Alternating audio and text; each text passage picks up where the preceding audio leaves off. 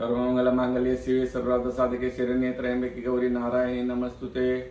జాతకంలో ఈరోజు గ్రహాల దిగ్బలములు, గ్రహాలు ఎక్కడ దిగ్బలం పొంది ఉంటాయి, 9 గ్రహాల్లో ఏ గ్రహాలు దిగ్బలం ఎక్కడ పొంది ఉంటాయి. దిగ్బలం అంటే ఎక్కడ ఉంటే ఆ గ్రహము బలాన్ని, దిగ్బలం పొంది ఉంటాయనేది ఈరోజు జాతక విశ్లేషణలో తెలుసుకుందాం. అంతా మనము బేసిక్ అనేది నేర్చుకుంటున్నాము. గ్రహాలు ఎక్కడెక్కడ దిగ్బలం పొంది ఉంటాయి అనేది. ఉదాహరణకు లగ్నంలో గురు బుధుడు ఉంటే అది దిగ్బలం పొంది ఉంటుంది. కాబట్టి దిగ్బలం అంటే చాలా బలం వస్తుంది ఆ గ్రహాలకు. అందుకోసము మనకు లగ్నంలోనే బుధుడు ఉండడం జరిగింది రాజమౌళి గారికి. అంటే దిగ్బలం లగ్నంలోనే బుధుడు కానీ గురువు కానీ ఉంటే అది దిగ్బలం పొందిన గ్రహంగా పరిగణించాలి. అదేవిధంగా 4వ స్థానంలో చంద్ర శుక్రుడు 4వ స్థానం, లగ్నం నుంచి 4వ స్థానంలో ఉంటే చంద్రుడు శుక్రుడు అవి దిగ్బలం పొంది ఉంటాయి. అదేవిధంగా 7వ స్థానంలో ఏ గ్రహాలంటే శని కానీ రావు కానీ 7వ స్థానంలో ఉంటే అవి దిగ్బలం పొంది ఉంటాయి. అదే 10వ స్థానంలో కుజ రవి కేతు, ఎవరి జాతక చక్రంలో కుజుడు కానీ రవి కానీ కేతువు కానీ 10వ స్థానంలో ఉంటే ఆ గ్రహాలు దిగ్బలం పొంది ఉన్నాయి అని మనము పరిశీలనలో తీసుకోవాలి. జాతక పరిశీలనలో ఉదాహరణకు మనము మన కల్వకుంట చంద్రశేఖర్ గారి, మన ముఖ్యమంత్రి గారి జాతక విశ్లేషణలో లగ్నము మేషలగ్నము 7లో శని ఉన్నాడు ఉచ్చలో, అది దిగ్బలం పొంది ఉన్నాడు.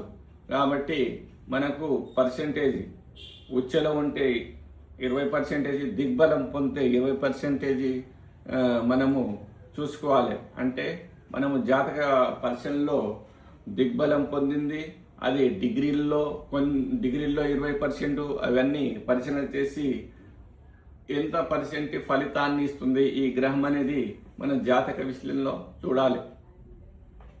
అదేవిధంగా కేసీఆర్ గారి జాతకంలో చంద్రుడు ఇక్కడ ఉండడం జరిగింది. 1, 2, 3, 4 అంటే చంద్రుడు దిగ్బలం పొంది ఉన్నాడు అన్నమాట. ఇట్లా 4వ స్థానంలో చంద్రుడు శుక్రుడు ఉంటే దిగ్బలం పొంది తన రాజకీయ జీవితంలో కానీ శుక్రుడు ఉన్న లగ్జరీ విల్లాస్, లగ్జరీ జీవితాన్ని, పేరు ప్రతిష్టలను తెస్తాయి చంద్రుడు శుక్రుడు. అదేవిధంగా 7వ స్థానంలో శని రావు దిగ్బలం పొంది ఉంటాయి.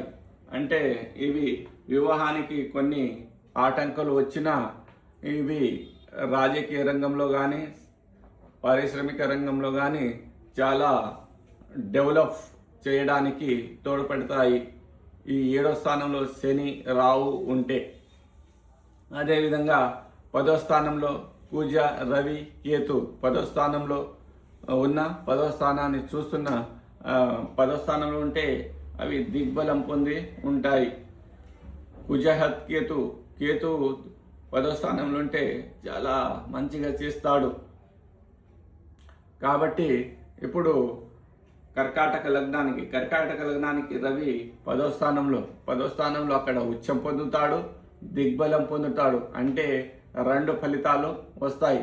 అదేవిధంగా 10 డిగ్రీల్లో ఉంటే 3 అంటే మనము దగ్గర ఈ రవి గ్రహానికి 80 నుంచి 100 మార్కులు వేసుకోవచ్చు. అదేవిధంగా కుజుడు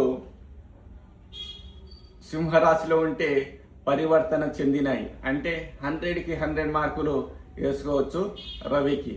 ఈ విధమైన లేక రవి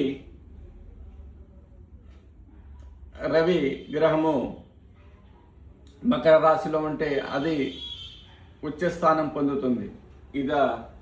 ఇది సచిన్ టెండూల్కర్ గారి జాతకంలో ఉంది. కాబట్టి ఇక్కడ ఆ గ్రహము ఇక్కడ ఉచ్చ పొందడం జరిగిందన్నమాట. ఇంకా బలాన్ని, రాశ్యాధిపతి ఉచ్చ పొందితే ఇంకా బలాన్ని పొందుతుంది. అదే రవి మేష రాశిలో ఉంటే, అదే కర్కాటక రాశిలో కుజుడు ఉంటే అక్కడ నీచం కుజుడు. కాబట్టి రవికి కూడా కొంత బలాన్ని తగ్గిస్తాడు. ఈ విధమైన జాతక పరిశీలన చేయాలి. రాశిలో ఉన్న గ్రహాన్ని ఎంత బలం ఉంది, ఆ రాశిలో ఉన్న గ్రహము ఎంత బలంతో ఉంది, రవి మేషంలో ఉంటే కుజుడు ఎక్కడ ఉన్నాడు, ఎంత బలంతో ఉన్నాడు పరిశీలించాలి. అదేవిధంగా కుజుని పైన ఏ పాపగ్రహాల దృష్టి ఉన్నాయి అనేది పరిశీలించాలి. అదే విధంగా అక్కడ ఉన్న రవి పైన పాపగ్రహాల దృష్టి ఉందా అనేది పరిశీలించాలి. ఎంత డిగ్రీల్లో ఉంది పరిశీలించాలి. అదేవిధంగా దిగ్బలం పొందిందా, ఇవన్నీ మనము లెక్కలోకి తీసుకోవాలి జాతక పరిశీలన చేసేటప్పుడు.